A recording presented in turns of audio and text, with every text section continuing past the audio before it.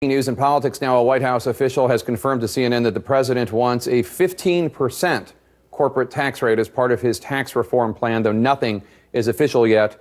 The corporate tax rate is currently around 35%, with loopholes, of course, but sources say that we are not expected to receive a lot of detail on how any reductions would be paid for. Let's talk about this and more with Congressman John Yarmuth of Kentucky. He's the top Democrat on the House Budget Committee. Congressman, your reaction to this breaking news: could you get behind a 15% corporate tax rate?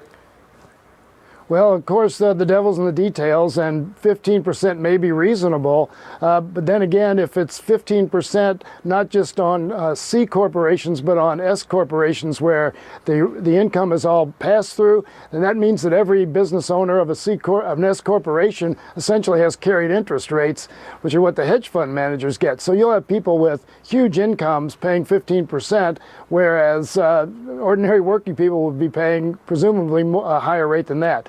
So again, it just depends on how extensive that 15% rate would be.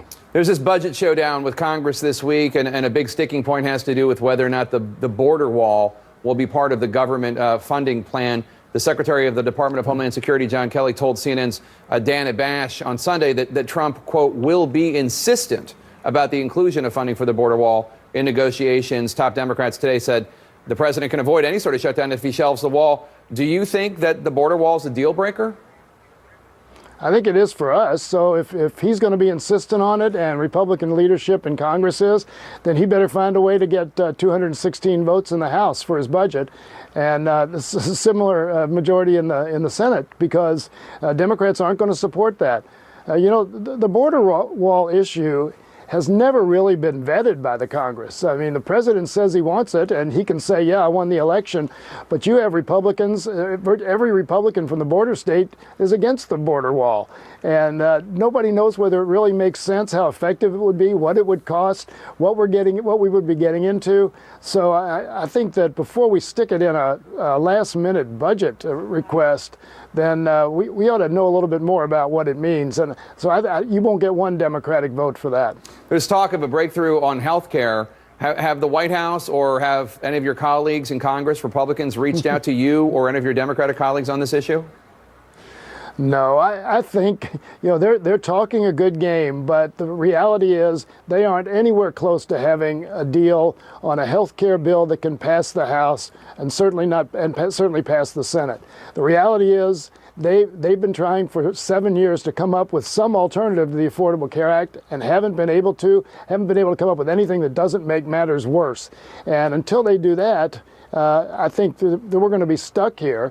The fact is the American people don't trust Republicans now on health care, and they proved that by rising up in huge numbers to force them to take it off the floor in March.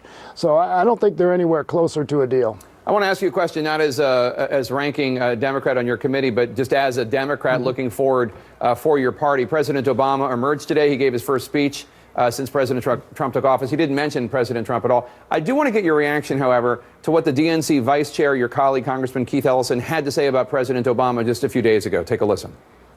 Barack Obama could have been a better party leader. And I think that the fact that he wasn't has put his legacy in jeopardy. Given that we did not, we lost a lot of state house seats, governorships, secretaries of states, his true legacy is in danger.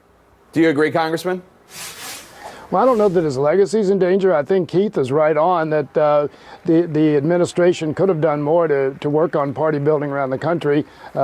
We probably share some of the blame in Congress, and the president does as well. But I think his legacy is intact as one of the truly extraordinary presidents who dealt with very, very difficult challenges and brought the country through them. All right, Congressman John Yarmuth from the great Commonwealth of Kentucky, thank you so much, sir. I appreciate your time. It's an agency that's been plagued with problems: suicide hotlines rolling over to backup call centers, nobody answering the phone there, long waiting lists for doctor's appointments that prove deadly in some cases. What is the new head of the VA doing to turn things around? I'll sit down with Secretary David Shulkin next. Stay with us.